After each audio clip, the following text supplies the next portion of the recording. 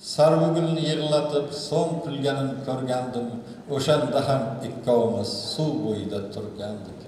O'shanda ham tong edi, bo'yimiz ham teng edi. Olam esa sarvining ko'zlariday keng edi. Sarvi buni bilardi, ko'zmunchoqlar ilardi. Ketaman deb kelmasdi, kelmayman deb kelardi. Otasi birgat edi, otiyam qulmat edi. Mendan nosab chekardi, shoir qonday deyardi. Men oqar qonday edim, yuqoriga oqardim. Sarvining otasiga kulib boqardim. O'shandagi qora tol yaqinda o'tin bo'ldi.